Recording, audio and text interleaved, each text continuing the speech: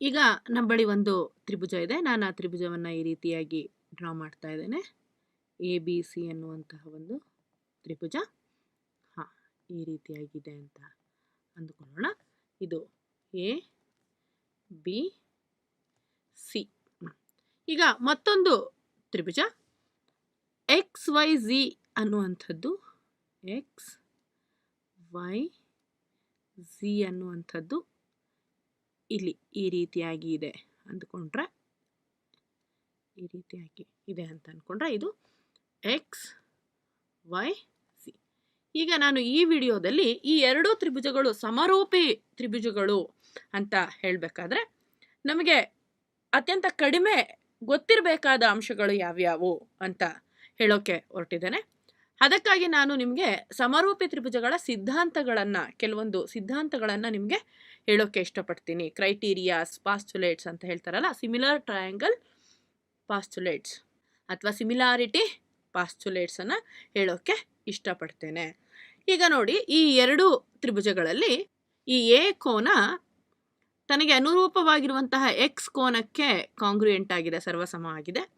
ಅದೇ ರೀತಿಯಾಗಿ ಬಿ ಕೋನ ತನಗೆ ಅನುರೂಪವಾಗಿರುವಂತಹ ವೈ ಕೋನಕ್ಕೆ ಕಾಂಗ್ರುಯೆಂಟ್ ಆಗಿದೆ. ಹಾಗೆ ಸಿ ಕೋನ ತನಗೆ ಅನುರೂಪವಾಗಿರುವಂತಹ ಝೆಡ್ ಕೋನಕ್ಕೆ ಸರ್ವಸಮವಾಗಿದೆ ಅಥವಾ ಕಾಂಗ್ರುಯೆಂಟ್ ಆಗಿದೆ. ಅಂದರೆ ಆಗ ನಾವು ಈ ಹಿಂದಿನ ವಿಡಿಯೋದಲ್ಲಿ ನೋಡಿದ್ದೇವೆ, ಆ ಎರಡು ತ್ರಿಭುಜಗಳು ಸಮರೂಪಿ ತ್ರಿಭುಜಗಳು ಆಗ್ತವೆ. ಈಗ ತ್ರಿಭುಜ ABC ತ್ರಿಭುಜ XYZಗೆ ಅಥವಾ XYZಗೆ ಸಮರೂಪಿ ತ್ರಿಭುಜ ಆಗಿದೆ. ಹಾಗಾದರೆ ನಮಗೆ ಒಂದು ತ್ರಿಭುಜದ ಮೂರು ಕೋನಗಳ ಮೊತ್ತ 180 ಡಿಗ್ರಿಗೆ ಸಮ ಇರುತ್ತೆ ಅಂತ ಹೇಳಿ ಗೊತ್ತಿದೆ. ಈ ತ್ರಿಭುಜಗಳಲ್ಲಿ ಮೂರು ಕೋನಗಳು ಗೊತ್ತಿರಬೇಕೇ ಈ ಎರಡು ತ್ರಿಭುಜಗಳು ಸಮರೂಪಿ ಅಂತ ಹೇಳಬೇಕು ಅಂದರೆ ಒಂದು ಉದಾಹರಣೆಯೊಂದಿಗೆ ನೋಡೋಣ. ಈ ಒಂದು ತ್ರಿಭುಜದಲ್ಲಿ ಗಮನಿಸಿದ್ರೆ ಎ ಕೋನ ತ್ರಿಭುಜದಲ್ಲಿ 30 ಡಿಗ್ರಿ ಇತ್ತು ಅಂತ ಹೇಳಿದ್ರೆ ಅದರ ಅನುರೂಪ ಕೋನ XYZ ತ್ರಿಭುಜದಲ್ಲಿ 30 ಡಿಗ್ರಿ ಇರುತ್ತೆ. ಹಾಗೆ ಸಿ ಕೋನ 90 ಡಿಗ್ರಿ ಇದೆ ಅಂತ ಅಂದ್ಕೊಂಡ್ರೆ ಝೆಡ್ ಕೋನವು 90 ಡಿಗ್ರಿ ಇರುತ್ತೆ. ಇನ್ನು ಈ ಕೋನ ಬಿ 60 ಡಿಗ್ರಿ ಇತ್ತು ಅಂದರೆ ವೈ ಕೋನ 60 ಡಿಗ್ರಿ ಇರುತ್ತೆ. ಆ ಎರಡು ತ್ರಿಭುಜಗಳು ಸಮರೂಪಿ ತ್ರಿಭುಜಗಳು ಆಗ್ತವೆ. ಮತ್ತೊಂದು ತ್ರಿಭುಜವನ್ನು ತೆಗೆದುಕೊಂಡು ನಾನು ವಿವರಣೆ ಕೊಡುವಂತಹ ಪ್ರಯತ್ನವನ್ನು ಮಾಡ್ತೇನೆ. ಈಗ ಈ XYZ ತ್ರಿಭುಜವನ್ನು ನಾನಿಲ್ಲಿ ಬರಿತಾ ಇದ್ದೇನೆ ಮತ್ತೊಮ್ಮೆ ಅಂತ ನೀವು ಅಂದ್ಕೊಂಡ್ರೆ, ನಾನು ಈ XYZ ತ್ರಿಭುಜವನ್ನು ಬರೀಬೇಕಾದ್ರೆ ನನಗೆ ಗೊತ್ತಿದೆ ಈ ಎಕ್ಸ್ ಕೋನ ಎ ಕೋನಕ್ಕೆ ಕಾಂಗ್ರುಯೆಂಟ್ ಆಗಿದೆ. ಹಾಗೆ ಝಿ ಕೋನ ಸಿ ಕೋನಕ್ಕೆ ಕಾಂಗ್ರುಯೆಂಟ್ ಆಗಿದೆ. ಅಂದರೆ ಇವುಗಳ ಅಳತೆ ಎಷ್ಟಿದೆ? ಎಕ್ಸ್ 30 ಡಿಗ್ರಿ ಆಗುತ್ತೆ, ಝಿ 90 ಡಿಗ್ರಿ ಆಗುತ್ತೆ. ಆದರೆ ನನಗಿಲ್ಲಿ ವೈ ಕೋನ ತಿಳಿದಿಲ್ಲ. ವೈ ಕೋನ ತಿಳಿದಿಲ್ಲ ಅಂತ ಹೇಳಿದ್ರೆ ನಮಗೆ ಗೊತ್ತು ಆ್ಯಂಗಲ್ ಸಮ್ ಪ್ರಾಪರ್ಟಿ ಆಫ್ ಟ್ರಯಾಂಗಲ್ನ ಅನ್ವಯ ಇದು 60 ಡಿಗ್ರಿ ಬಿಟ್ಟು ಬೇರೆ ಆಗಿರಲಿಕ್ಕೆ ಸಾಧ್ಯ ಇಲ್ಲ. ನನಗೆ ಈ ಎರಡೂ ತ್ರಿಭುಜಗಳು ಸಮರೂಪಿ ಹೇಳಬೇಕು ಅಂತ ಹೇಳಿದ್ರೆ ಮೂರು ಕೋನಗಳು ತಿಳಿದಿರಬೇಕು ಅಂತೇನಿಲ್ಲ. ಎರಡು ಕೋನಗಳು ಸರ್ವಸಮ ಆಗಿದ್ರೆ ಸಾಕು. ಆಬ್ವಿಯಸ್ಲಿ ಮೂರನೇ ಕೋನ ಸರ್ವಸಮ ಆಗಿರಲಿಕ್ಕೆ ಸಾಧ್ಯ ಇದೆ. ಯಾಕೆ ಅಂತ ಹೇಳಿದ್ರೆ ಆ್ಯಂಗಲ್ ಸಮ್ ಪ್ರಾಪರ್ಟಿ ಅನ್ವಯ, ಅದು ಬೇರೆ ಆಗಿರಲಿಕ್ಕೆ ಸಾಧ್ಯ ಇಲ್ಲ. ಹಾಗಾದರೆ ನಾನು ಕೋನಗಳ ಆಧಾರದ ಮೇಲೆ ಎರಡು ತ್ರಿಭುಜಗಳು ಸಮರೂಪಿ ಅಂತ ಹೇಳಿದ್ರೆ ನನಗೆ ಕನಿಷ್ಠ ತಿಳಿದಿರಬೇಕಾಗಿರುವಂತಹ ಅಂಶ ಏನು ಅಂತ ಹೇಳಿದ್ರೆ ಆ ಎರಡೂ ತ್ರಿಭುಜಗಳ ಎರಡು ಅನುರೂಪ ಕೋನಗಳು ಸಮ ಇತ್ತು ಅಂದರೆ ಸಾಕು. ನಾವು ಮೂರು ಕೋನಗಳನ್ನು ನೋಡುವಂತಹ ಅವಶ್ಯಕತೆ ಇಲ್ಲ. ಆ ಎರಡು ತ್ರಿಭುಜಗಳು ಸಮರೂಪಿ ತ್ರಿಭುಜಗಳು ಆಗುತ್ತೆ. ಅದನ್ನು ನಾನಿಲ್ಲಿ ಬರೆಯುವಂತಹ ಪ್ರಯತ್ನ ಮಾಡ್ತೇನೆ. ಅದಕ್ಕಾಗಿ ನಾನು ಈ ಒಂದು ತ್ರಿಭುಜವನ್ನು, ಈಗ ನಿಮ್ಗೆ ಅರ್ಥ ಆಗಿರ್ಬೋದು, ಇದನ್ನು ಡಿಲೀಟ್ ಮಾಡ್ತೇನೆ. ನಿಮಗೆ ತಿಳಿಸೋಕ್ಕೆ ಹೊರಟಿರುವಂಥದ್ದು ಸಮರೂಪಿ ತ್ರಿಭುಜಗಳ ಮೇಲಿನ ಸಿದ್ಧಾಂತ ಅಥವಾ ಸಿಮಿಲಾರಿಟಿ ಕ್ರೈಟೀರಿಯಾ ಸಿದ್ಧಾಂತ. ಎರಡು ತ್ರಿಭುಜಗಳ ಮೂರು ಕೋನಗಳು ಸರ್ವಸಮ ಆಗಿದ್ರೆ ಆ ಎರಡು ತ್ರಿಭುಜಗಳು ಸಮರೂಪಿ ಆಗಿರುತ್ತೆ ಅಂತ ಆದರೆ ನಮಗಿಲ್ಲಿ 3 ಕೋನಗಳನ್ನು ನೋಡುವಂತಹ ಅವಶ್ಯಕತೆ ಇಲ್ಲ. 2 ಕೋನಗಳನ್ನು ಗಮನಿಸಿದ್ರೆ ಸಾಕು, ಆ 2 ತ್ರಿಭುಜಗಳು ಸಮರೂಪಿ ಆಗುತ್ತೆ ಅಂತ ಗೊತ್ತಾಗುತ್ತೆ. ಇದನ್ನು ನಾವು ಎ ಕ್ರೈಟೀರಿಯಾ ಅಥವಾ ಎ ಸಿದ್ಧಾಂತ ಸಮರೂಪಿ ತ್ರಿಭುಜಗಳಿಗೆ ಮಾತ್ರ. ನಾವು ಇದೇ ರೀತಿಯ ಸಿದ್ಧಾಂತವನ್ನು ಏನು ಬೇಕಾಗಿಲ್ಲ, ನಮಗೆ ಬರೀ ಎ ಇದ್ರೆ ಸಾಕು ಅಂತ ಗೊತ್ತಾಯಿತು. ಈ ಎ ಸಿದ್ಧಾಂತವನ್ನು ಸರ್ವಸಮ ತ್ರಿಭುಜಗಳಲ್ಲೂ ನೋಡ್ತೇವೆ. ಆ ಒಂದು ಸಿದ್ಧಾಂತವೇ ಬೇರೆ, ಈ ಸಿದ್ಧಾಂತವೇ ಬೇರೆ. ಈ ಸಿದ್ಧಾಂತ ಸಮರೂಪಿ ತ್ರಿಭುಜಗಳಿಗೆ ಅನ್ವಯ ಆಗ್ತಾ ಇರುವಂಥದ್ದು. ಸರ್ವಸಮ ತ್ರಿಭುಜಗಳಲ್ಲಿ 2 ತ್ರಿಭುಜಗಳ ಕೋನ ಸರ್ವಸಮ ಆಗಿತ್ತು ಅಂತ ಹೇಳಿದ್ರೆ ಆಗ ಆ 2 ತ್ರಿಭುಜಗಳು ಖಂಡಿತವಾಗಿಯೂ ಸರ್ವಸಮ ತ್ರಿಭುಜಗಳು ಆಗೋದಿಲ್ಲ. ಅದಕ್ಕೆ ನಮಗೆ ಸರ್ವಸಮ ತ್ರಿಭುಜಗಳಲ್ಲಿ ಎ ಸಿದ್ಧಾಂತ ಬರೋದಿಲ್ಲ. ಅದನ್ನು ನೀವು ಇಲ್ಲೇ ಗಮನಿಸಬಹುದಾಗಿದೆ ಅಲ್ವಾ. ಈಗ ನಂತರ ನಾವು ನೋಡುವಂಥದ್ದು ಈ ತ್ರಿಭುಜಗಳ ಬಾಹುಗಳ ಒಂದು ಲಕ್ಷಣ. ಈ ಸಮರೂಪಿ ತ್ರಿಭುಜಗಳ ಬಾಹುಗಳ ಲಕ್ಷಣವನ್ನು ಗಮನಿಸಿದ್ರೆ, ಉದಾಹರಣೆಗೆ ಇಲ್ಲಿ ಒಂದು ಎ ಬಿ ಸಿ ತ್ರಿಭುಜ ಇದೆ ಅಂತಾಯ್ತು ಅಂದರೆ, ಇನ್ನು ಇಲ್ಲಿ ಒಂದು ಪಿ ಕ್ಯೂ ಆರ್ ತ್ರಿಭುಜ ಇದೆ ಆಯಿತು ಅಂತ ಹೇಳಿದ್ರೆ, ಈ ಪಿ ಕ್ಯೂ ಆರ್ ತ್ರಿಭುಜ ಎ ಬಿ ಸಿ ತ್ರಿಭುಜದ ಕಿರಿದಾದಂತಹ ತ್ರಿಭುಜವೇ ಆಗಿದೆ. ಈಗ ಈ ತ್ರಿಭುಜವನ್ನು ಗಮನಿಸೋಣ, ಪಿ ಕ್ಯೂ ಆರ್. ನೀವು ನೋಡ್ಬೋದು, ಈಗ ಎ ಬಿನ ಅಳತೆ 21 ಯೂನಿಟ್ಗಳು ಇದೆ ಅಂತ ಹೇಳಿದ್ರೆ ಪಿ ಕ್ಯೂನ ಅಳತೆ 7 ಯೂನಿಟ್ಗಳಿವೆ. ಅಂದರೆ 21ರಲ್ಲಿ 3 ಫ್ಯಾಕ್ಟರ್ಸ್ ಅಷ್ಟು ಕಡಿಮೆ ಮಾಡಿದಾಗ, 3 ಪಟ್ಟಷ್ಟು ಕಡಿಮೆ ಮಾಡಿದಾಗ ಎ ಬಿಯನ್ನು ಪಿ ಕ್ಯೂ ದೊರಕ್ತಾ ಇದೆ. ಇನ್ನು ಹಾಗೆ ಇಲ್ಲಿ ನೀವು ತೆಗೆದುಕೊಂಡ್ರೆ ಬಿ ಸಿಯ ಅಳತೆ 6 ಇದೆ. ಈ 6ಅನ್ನು ನಾನು 3 ಪಟ್ಟು ಕಡಿಮೆ ಮಾಡಿದಾಗ ನನಗೆ ಕ್ಯೂ ಆರ್ ದೊರಕ್ತಾ ಇದೆ. ಅಂದರೆ ಅದು ಅಳತೆ 2 ಯೂನಿಟ್ಗಳು ಆಗಿದೆ. ಹಾಗೆ ಎ ಸಿನ ಅಳತೆಯನ್ನು ನೀವು ಗಮನಿಸಿದ್ರೆ ಅದು 18 ಯೂನಿಟ್ಗಳಾಗಿದೆ.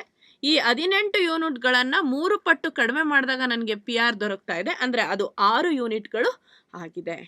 ಹಾಗಾದರೆ ಈ ಒಂದು ಬಾಹುಗಳ ಅನುಪಾತವನ್ನು ನೀವು ತೆಗೆದುಕೊಂಡಾಗ ಅದು ಒಂದು ಸ್ಥಿರಾಂಕಕ್ಕೆ ಸಮವಾಗಿರುತ್ತೆ.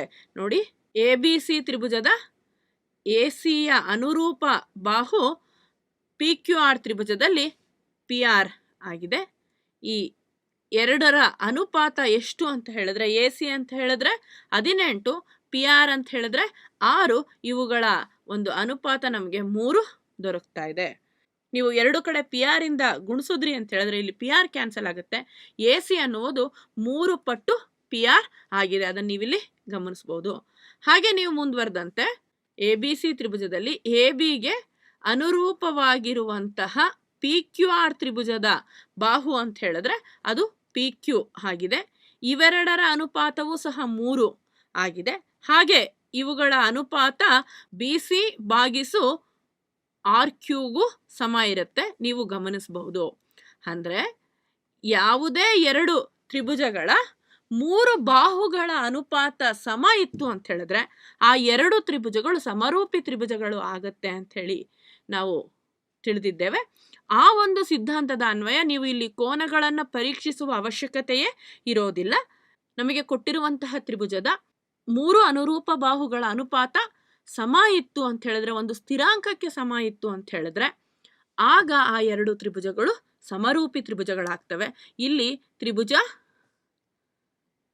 ಎ ಬಿ ಸಿ ಮತ್ತು ಪಿ ಕ್ಯೂ ಆರ್ಗಳು ಸಮರೂಪಿ ತ್ರಿಭುಜಗಳು ಆಗಿವೆ. ಇದನ್ನು ನಾವು ಅವುಗಳ ಬಾಹುಗಳ ಆಧಾರದ ಮೇಲೆ ಹೇಳ್ತಾ ಇದ್ದೇವೆ. ಅದನ್ನು ನಾವು ಈ ರೀತಿ ಹಾಗೆ ಹೇಳ್ತೇವೆ, ಎಸ್ ಎಸ್ ಎಸ್ ಸಿದ್ಧಾಂತ ಸಮರೂಪಿ ತ್ರಿಭುಜಗಳ ಮೇಲೆ. ಈ ಒಂದು ಹೆಸರನ್ನು ನೀವು ಸರ್ವಸಮ ತ್ರಿಭುಜಗಳಲ್ಲೂ ಕೇಳಿರ್ತೀರಿ, ಎಸ್ ಎಸ್ ಎಸ್ ಪಾಸ್ಟುಲೇಟ್. ಆ ಸಿದ್ಧಾಂತಕ್ಕೂ ಈ ಸಿದ್ಧಾಂತಕ್ಕೂ ವ್ಯತ್ಯಾಸ ಇದೆ, ನಿಮಗೆ ತಿಳಿದಿದೆ. ಈ ಸಿದ್ಧಾಂತ ಸಮರೂಪಿ ತ್ರಿಭುಜಗಳಿಗೆ ಅನ್ವಯಿಸುತ್ತೆ. ಇದು ಏನನ್ನ ಹೇಳುತ್ತೆ ಅಂತಂದರೆ, 2 ತ್ರಿಭುಜಗಳ 3 ಅನುರೂಪ ಬಾಹುಗಳ ಅನುಪಾತ ಸಮ ಇತ್ತು ಅಂತ ಹೇಳಿದ್ರೆ ಆ 2 ತ್ರಿಭುಜಗಳು ಸಮರೂಪಿ ತ್ರಿಭುಜಗಳಾಗ್ತವೆ ಅಂತ. ಆದರೆ ಸರ್ವಸಮತೆಗೆ ಈ ಸಿದ್ಧಾಂತ ಏನನ್ನ ಹೇಳುತ್ತೆ, ಇದರ 3 ಬಾಹುಗಳು ಅನುರೂಪವಾಗಿ ಈ ತ್ರಿಭುಜದ 3 ಬಾಹುಗಳಿಗೆ ಸಮ ಇತ್ತು ಅಂತ ಹೇಳಿದ್ರೆ ಆ ಎರಡೂ ತ್ರಿಭುಜಗಳು ಸರ್ವಸಮ ತ್ರಿಭುಜಗಳು. ನೀವಿಲ್ಲಿ ನೋಡ್ಬೋದು ಅವು ಸಮ ಇಲ್ಲ, ಆದ್ರೂ ನಾವು ಇಲ್ಲಿ ಉಪಯೋಗಿಸ್ತಾ ಇದ್ದೀವಿ SSS ಪಾಸ್ಟುಲೇಟ್. ಅದು ಸಮರೂಪಿಯ ಲಕ್ಷಣವನ್ನ ವಿವರಿಸೋಕೆ. ನೀವು ಕನ್ಫ್ಯೂಸ್ ಆಗಬಾರ್ದು. ಈ SSS ಪಾಸ್ಟುಲೇಟ್ ತ್ರಿಭುಜಗಳ ಸಮರೂಪತೆಯನ್ನ ನೋಡೋದಕ್ಕೆ ಬಳಸುವಂಥದ್ದು. ಈಗ ಎರಡು ಬಾಹುಗಳು ಸಮರೂಪಿ ಇತ್ತು ಅಂತ ಅಂದ್ರೆ ಇದನ್ನ ಅನ್ವಯಿಸಬಹುದಾ? ಇಲ್ಲ, ಇಲ್ಲಿ ನಾವು ಮೂರೂ ಬಾಹುಗಳ ಅನುಪಾತವನ್ನ ನೋಡ್ತೇವೆ. ಇನ್ನ ನೆಕ್ಸ್ಟ್ ಸಿದ್ಧಾಂತ ಇದೆ ಅಂತ ಹೇಳಿದ್ರೆ, ಈ ರೀತಿಯಾಗಿ ಇದೆ ಅಂದ್ಕೊಂಡ್ರೆ ತ್ರಿಭುಜವನ್ನು ತೆಗೆದುಕೊಳ್ಳೋಣ, ಅದು ಈ ರೀತಿಯಾಗಿ ಇದೆ ಅಂತ ಅಂದ್ಕೊಂಡ್ರೆ ಇದನ್ನ ನಾನೀಗ L M N ಅಂತ ಹೇಳ್ತಾ ಇದ್ದೇನೆ. ಈಗ ಮತ್ತೊಂದು ತ್ರಿಭುಜ ತೆಗೆದುಕೊಳ್ತಾ ಇದ್ದೀನಿ. ಆ ತ್ರಿಭುಜ ಈ LM ಅನ್ನ ನಾನು ಒಂದು ಫ್ಯಾಕ್ಟರಲ್ಲಿ ಗುಣಿಸ್ದೆ ಅಂತ ಹೇಳಿದ್ರೆ ಅದರ ಇರಿದಾದಂತಹ ರೂಪವೇ ಆಗಿದೆ. LM ಬಾಹುವನ್ನ 2 ಪಟ್ಟು ಅಥವಾ 3 ಪಟ್ಟು ಅಥವಾ 4 ಪಟ್ಟು ಅಥವಾ ನಾನು ಅದನ್ನ K ಪಟ್ಟು ಅಂತ ಅನ್ಕೊಳ್ಳೋಣ. ಈಗ ನಾನು ಎಷ್ಟು ಯೂನಿಟ್ಗಳಂತ ತೆಗೆದುಕೊಳ್ತಾ ಇಲ್ಲ, ಆದರೆ LM ಅನ್ನ K ಪಟ್ಟಷ್ಟು ನಾನು ಇನ್ಕ್ರೀಸ್ ಮಾಡಿದಾಗ ನನಗೆ ಇಲ್ಲಿ ಒಂದು ಬಾಹು ಸಿಗ್ತಾ ಇದೆ. ಅದನ್ನ ನಾನು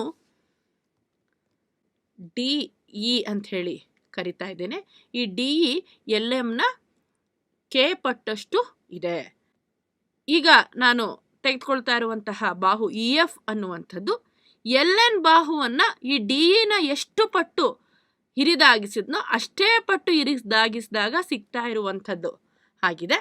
ಅಂದರೆ ನಾನೀಗ LM ಅನ್ನು 3 ಪಟ್ಟು ಜಾಸ್ತಿ ಮಾಡಿದೆ ಅಂದರೆ ನನಗೆ DE ಸಿಗುತ್ತೆ. ಹಾಗೆ LN ಅನ್ನು ಸಹ 3 ಪಟ್ಟಷ್ಟು ನಾನು ಜಾಸ್ತಿ ಮಾಡ್ತಾ ಇದ್ದೀನಿ ಅಂತ ಹೇಳಿದ್ರೆ ಅದು EF ದೊರಕ್ತಾ ಇದೆ. ಅದರ ಜೊತೆಗೆ ನನಗೆ ಇನ್ನೊಂದು ವಿಷಯ ಇಲ್ಲಿ ತಿಳಿದಿದೆ, ಅದು ಈ L ಕೋನ ಮತ್ತು ಈ ಕೋನ ಕಾಂಗ್ರುಯೆಂಟ್ ಆಗಿದೆ, ಸರ್ವಸಮ ಆಗಿದೆ. ಇಷ್ಟು ಮಾಹಿತಿ ನನಗೆ ಗೊತ್ತಿದೆ. ಹಾಗಾದ್ರೆ ಈ ಎರಡು ತ್ರಿಭುಜಗಳು ಸಮರೂಪಿ ತ್ರಿಭುಜಗಳೇ? ಹೌದು. ಯಾಕೆ ಅಂತ ಹೇಳಿದ್ರೆ ನಾವಿಲ್ಲಿ ಕನ್ಸ್ಟ್ರೈನ್ ಮಾಡ್ತಾ ಇದ್ದೀವಿ. ಇದು 3 ಪಟ್ಟು ಆಗಿದೆ, ಇದು ಇಷ್ಟೇ ಇರಬೇಕು ಕೋನ ಅಂತ ಆಗಿದೆ, ಹಾಗೆ ಇದು ಸಹ 3 ಪಟ್ಟು ಆಗಿದೆ. ಆಗ ಈ ಒಂದು ಬಾಹು ಏನಿದೆ DF ಇದು MNನ 3 ಪಟ್ಟೆ ಇರುತ್ತೆ. ಇಲ್ಲಿ ನಾನು 3 ಪಟ್ಟು ಅಂತ ಉದಾಹರಣೆ ಹೇಳಿದ್ರಿಂದ 3 ಪಟ್ಟು ಇರುತ್ತೆ. ಈ DE ಅನ್ನೋದು LMನ K ಪಟ್ಟು ಅಂತ ಹೇಳಿದ್ರೆ EF ಅನ್ನೋದು ಸಹ LNನ K ಪಟ್ಟಷ್ಟು ಜಾಸ್ತಿ ಆಗಿರುತ್ತೆ. ಹಾಗೆ DF ಅನ್ನೋದು MNನ K ಪಟ್ಟಷ್ಟು ಆಗಿರಲೇಬೇಕಾಗತ್ತೆ. ಹಾಗಾದ್ರೆ ನಾವಿಲ್ಲಿ ಈ ಇನ್ನೊಂದು ಪಾಸ್ಟುಲೇಟ್ ಅನ್ನ ಗಮನಿಸಬಹುದು. ಅದು SAS ಸಿದ್ಧಾಂತ ಸಮರೂಪಿ ತ್ರಿಭುಜಗಳ ಮೇಲೆ. ಇದನ್ನ ನೀವು ಸರ್ವಸಮ ತ್ರಿಭುಜಗಳ ಸಿದ್ಧಾಂತದೊಂದಿಗೆ ಕನ್ಫ್ಯೂಸ್ ಮಾಡ್ಕೊಳ್ಳೋ ಅವಶ್ಯಕತೆ ಇಲ್ಲ. ಇದು ಏನನ್ನ ತಿಳಿಸುತ್ತೆ? ಎರಡು ಬಾಹುಗಳ ಅನುಪಾತ. ಇಲ್ಲಿ ಯಾವುದು ಆ ಎರಡು ಬಾಹುಗಳು? LM divided by DE. ಈ ಅನುಪಾತ LN ಡಿವೈಡೆಡ್ ಬೈ EFಗೆ ಸಮವಾಗಿದೆ. ಜೊತೆಗೆ ಈ ಎರಡು ಬಾಹುಗಳಿಂದ ಉಂಟಾಗ್ತಾ ಇರುವಂತಹ ಅನುರೂಪ ಕೋನಗಳು, ಕೋನ MLN ಅನ್ನುವಂಥದ್ದು ಕೋನ DEFಗೆ ಸರ್ವಸಮ ಆಗಿದೆ. ಆಗ ಈ ಎರಡು ತ್ರಿಭುಜಗಳು ಸಮರೂಪಿ ತ್ರಿಭುಜಗಳು ಆಗ್ತವೆ. ಯಾಕೆ ನಾವು ಇದನ್ನ ನಿಬಂಧನೆಗೆ ಒಳಪಡಿಸ್ತಾ ಇದ್ದೀವಿ. ಇದು 3 ಪಟ್ಟಷ್ಟು ಜಾಸ್ತಿ ಆಗಿದೆ, ಇದು 3 ಪಟ್ಟಷ್ಟು ಜಾಸ್ತಿ ಆಗಿದೆ, ಜೊತೆಗೆ ಕೋನಗಳು ಸಮ ಆಗಿರಬೇಕು ಅಂತ ಹೇಳಿದ್ರೆ ಆಗ ಈ ಬಾಹು ಅಷ್ಟು ಪಟ್ಟು ಜಾಸ್ತಿ ಆಗಿರಲಿಕ್ಕೆ ಸಾಧ್ಯ ಇದೆ. ಈ ಒಂದು ಸಿದ್ಧಾಂತವನ್ನ ಸಮರೂಪಿ ತ್ರಿಭುಜಗಳ SAS ಸಿದ್ಧಾಂತ ಅಂತ ಹೇಳ್ತೀವಿ. ಸರ್ವಸಮ ತ್ರಿಭುಜಗಳಲ್ಲಿ ನಾವು SAS ಸಿದ್ಧಾಂತವನ್ನ ಈ ರೀತಿಯಾಗಿ ಹೇಳ್ತೇವೆ. ಎರಡು ತ್ರಿಭುಜಗಳ ಎರಡು ಅನುರೂಪ ಬಾಹುಗಳು, ಅವುಗಳಿಂದ ಉಂಟಾದಂತಹ ಕೋನ ಸರ್ವಸಮವಾಗಿತ್ತು ಅಂದ್ರೆ ಆ ಎರಡೂ ತ್ರಿಭುಜಗಳು ಸರ್ವಸಮ ಅಂತ ಹೇಳಿ. ನಾವು ಇಲ್ಲಿ ಹೇಳ್ತಾ ಇರೋದು ಎರಡು ಅನುರೂಪ ಬಾಹುಗಳ ಅನುಪಾತ ಸಮ ಇದ್ದು ಅವುಗಳಿಂದ ಉಂಟಾದಂತಹ ಕೋನ ಸಮ ಇತ್ತು ಅಂತ ಹೇಳಿದ್ರೆ ಆಗ ಆ ಎರಡು ತ್ರಿಭುಜಗಳು ಸಮರೂಪಿ ತ್ರಿಭುಜಗಳು ಆಗಿರುತ್ತೆ. ಒಂದು ಉದಾಹರಣೆಯೊಂದಿಗೆ ಇದನ್ನ ಅರ್ಥ ಮಾಡ್ಕೊಳ್ಳುವಂತಹ ಪ್ರಯತ್ನ ಮಾಡೋಣ. ಈಗ ಇದು LMನ ಅಳತೆ 3 ಯೂನಿಟ್ ಇತ್ತು ಅಂತ ಹೇಳಿದ್ರೆ DEನ ಅಳತೆ ಎಷ್ಟಾಗಿದೆ? ಆಗ್ಲೇ ನಾನು ಹೇಳಿದೆ 3 ಪಟ್ಟು ಜಾಸ್ತಿ ಆಗ್ತಾ ಇದೆ ಅಂತ ಹೇಳಿದ್ರೆ 9 ಆಯ್ತು. ಹಾಗೆ LNನ ಅಳತೆ 2 ಇತ್ತು ಅಂತ ಹೇಳಿದ್ರೆ ಈ EFನ ಅಳತೆ ಏನಾಗ್ತಾ ಇದೆ? 6 ಆಗ್ತಾ ಇದೆ. ಯಾಕೆ ಅಂತ ಹೇಳಿದ್ರೆ ಇದು ಸಹ 3 ಪಟ್ಟು ಜಾಸ್ತಿ ಆಗ್ತಾ ಇದೆ. ಹಾಗಿದ್ಮೇಲೆ ಈ DFನ ಅಳತೆ 3 ಪಟ್ಟು mn ಅಳತೆ ಆಗಿರಲಿಕ್ಕೆ ಸಾಧ್ಯ ಇರುತ್ತೆ. ಈಗ ಈ ಎರಡು ಕೋನಗಳು ಸಮ ಇತ್ತು ಅಂತ ಹೇಳಿದ್ರೆ ಆಗ ಈ ಎರಡು ತ್ರಿಭುಜಗಳು ಸಮರೂಪಿ ತ್ರಿಭುಜಗಳು ಆಗಿರುತ್ತೆ. ಉದಾಹರಣೆಗೆ ಇದು ಒಂದು 80 ಡಿಗ್ರಿ ಇತ್ತು ಅಂತ ಹೇಳಿದ್ರೆ ಇದೂ ಸಹ 80 ಡಿಗ್ರಿ ಇರುತ್ತೆ. ಇದನ್ನ ನಾವು SAS ಸಿದ್ಧಾಂತ ಹೇಳ್ತೇವೆ.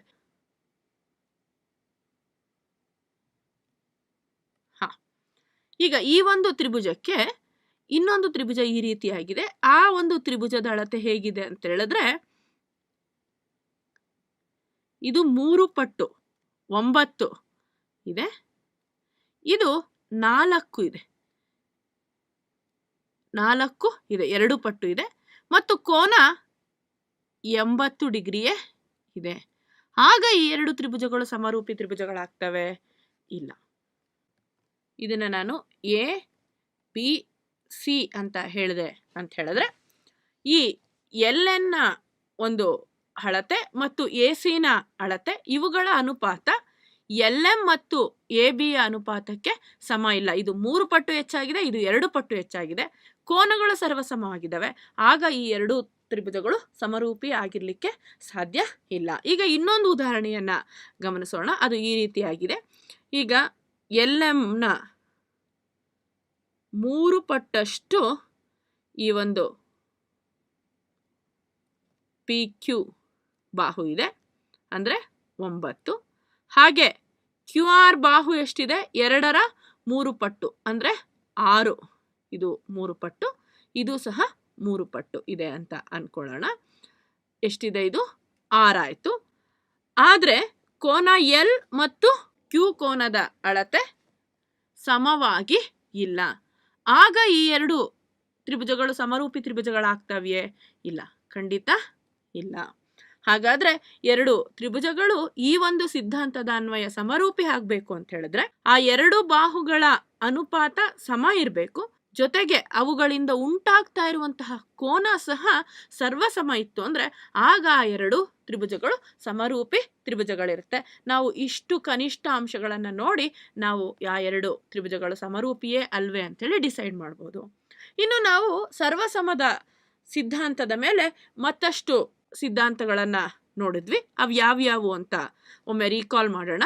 ಈಗ ಈ AAS ಸಿದ್ಧಾಂತ ಸಮರೂಪಿ ತ್ರಿಭುಜಗಳಿಗೆ ಅನ್ವಯಿಸುತ್ತೆ. ಅಂದ್ರೆ ಎರಡು ಕೋನಗಳು ಮತ್ತು ಅವುಗಳಿಂದ ಉಂಟಾದಂತಹ ಬಾಹು ಬಗ್ಗೆ ಗಮನಿಸ್ತೇವೆ. ನಮಗೆ ಇದರ ಒಂದು ಅವಶ್ಯಕತೆ ಸಮರೂಪಿ ತ್ರಿಭುಜಗಳಿಗೆ ಇರೋದಿಲ್ಲ. ಕಾರಣ ನಮಗೆ ಇಲ್ಲಿ ಎರಡು ಅನುರೂಪ ಕೋನಗಳು ಸರ್ವಸಮ ಇತ್ತು ಅಂತ ಹೇಳಿದ್ರೆ ಆ ಎರಡು ತ್ರಿಭುಜಗಳು ಸಮರೂಪಿ ತ್ರಿಭುಜಗಳಾಗ್ಬಿಡ್ತವೆ. ಹಾಗಾಗಿ ನಾವು ಇಲ್ಲಿ ಈ ಒಂದು ಸಿದ್ಧಾಂತ ಈ ಸಿದ್ಧಾಂತವೇ ಆಗಿರೋದ್ರಿಂದ ಇದರ ಒಂದು ಅವಶ್ಯಕತೆ ಬೇಕಾಗಿಲ್ಲ. ಹಾಗೆ ಇನ್ನೊಂದು ಯಾವುದು ಅಂತ ಹೇಳಿದ್ರೆ ASA, ಒಂದು ಬಾಹು ಮತ್ತು ಎರಡು ಕೋನಗಳು. ಇಲ್ಲಿಯೂ ಸಹ ಎರಡು ಕೋನಗಳು ಸರ್ವಸಮ ಇದೆ, ಅನುರೂಪ ಕೋನಗಳು. ಈ ಒಂದು ಸಿದ್ಧಾಂತವು ಸಹ ಈ AA ಸಿದ್ಧಾಂತವೇ ಸಮರೂಪ ತ್ರಿಭುಜಗಳಿಗೆ ಆಗೋದ್ರಿಂದ ಈ ಸಿದ್ಧಾಂತದ ಅವಶ್ಯಕತೆಯು ಇರೋದಿಲ್ಲ. ಹಾಗಾದ್ರೆ ಎರಡು ತ್ರಿಭುಜಗಳನ್ನ ನೀಡಿ ಅವು ಸಮರೂಪಿ ತ್ರಿಭುಜಗಳೇ ಹೌದೇ ಅಲ್ವೇ ಅನ್ನೋದಕ್ಕೆ ನಾವು ಗಮನಿಸುವಂತಹ ಕನಿಷ್ಠ ಅಂಶಗಳು ಯಾವುದು ಅಂತ ಹೇಳಿದ್ರೆ ಆ ಎರಡು ತ್ರಿಭುಜಗಳ ಎರಡು ಅನುರೂಪ ಕೋನಗಳು ಪರಸ್ಪರ ಸರ್ವಸಮ ಆಗಿತ್ತು ಅಂತ ಹೇಳಿದ್ರೆ ಆ ಎರಡು ತ್ರಿಭುಜಗಳು ಸಮರೂಪಿ ತ್ರಿಭುಜಗಳು ಆಗ್ತವೆ. ಹಾಗೆ ಕೊಟ್ಟಿರುವಂತಹ ಎರಡು ತ್ರಿಭುಜಗಳ 3 ಅನುರೂಪ ಬಾಹುಗಳ ಅನುಪಾತ ಸಮ ಇತ್ತು ಅಂತ ಹೇಳಿದ್ರೆ ಆಗ ಎರಡು ತ್ರಿಭುಜಗಳು ಸಮರೂಪಿ ತ್ರಿಭುಜಗಳು ಆಗುತ್ತೆ. ಅಥವಾ ಕೊಟ್ಟಿರುವಂತಹ ಎರಡು ತ್ರಿಭುಜಗಳ ಅನುರೂಪ ಎರಡು ಬಾಹುಗಳು ಒಂದೇ ಸ್ಥಿರಾಂಕಕ್ಕೆ ಸಮ ಇತ್ತು ಅಂತ ಹೇಳಿದ್ರೆ ಆಗ ನಾವೇನಂತ ಹೇಳ್ತೇವೆ? ಆ ಎರಡು ಅನುಪಾತಗಳು ಸಮ ಅಂತ ಹೇಳ್ತೇವೆ. ಜೊತೆಗೆ ಅವುಗಳಿಂದ ಉಂಟಾದಂತಹ ಕೋನ ಸಹ ಸರ್ವಸಮ ಇತ್ತು ಅಂತ ಹೇಳಿದ್ರೆ ಆಗ ಆ ಎರಡು ತ್ರಿಭುಜಗಳು ಸಮರೂಪಿ ತ್ರಿಭುಜಗಳು ಆಗ್ತವೆ. ಇಲ್ಲಿ ನಾವೇನು ಹೇಳ್ಬೋದು? ತ್ರಿಭುಜ LMN ಸಮರೂಪಿ ತ್ರಿಭುಜ DEF. ಇದು ಈ ಸಿದ್ಧಾಂತದ ಉದಾಹರಣೆ ಆಗಿದೆ. ಇಷ್ಟು ಕನಿಷ್ಠ ಅಂಶಗಳನ್ನು ಅಥವಾ ಈ ಸಿದ್ಧಾಂತಗಳನ್ನು ಅನ್ವಯಿಸಿ ನಮಗೆ ಕೊಟ್ಟಿರುವಂತಹ ಎರಡು ತ್ರಿಭುಜಗಳು ಸಮರೂಪಿ ತ್ರಿಭುಜಗಳೇ ಹೌದೇ ಅಲ್ವೇ ಅಂತ ಹೇಳಿ ತಿಳಿಬಹುದಾಗಿರುತ್ತೆ.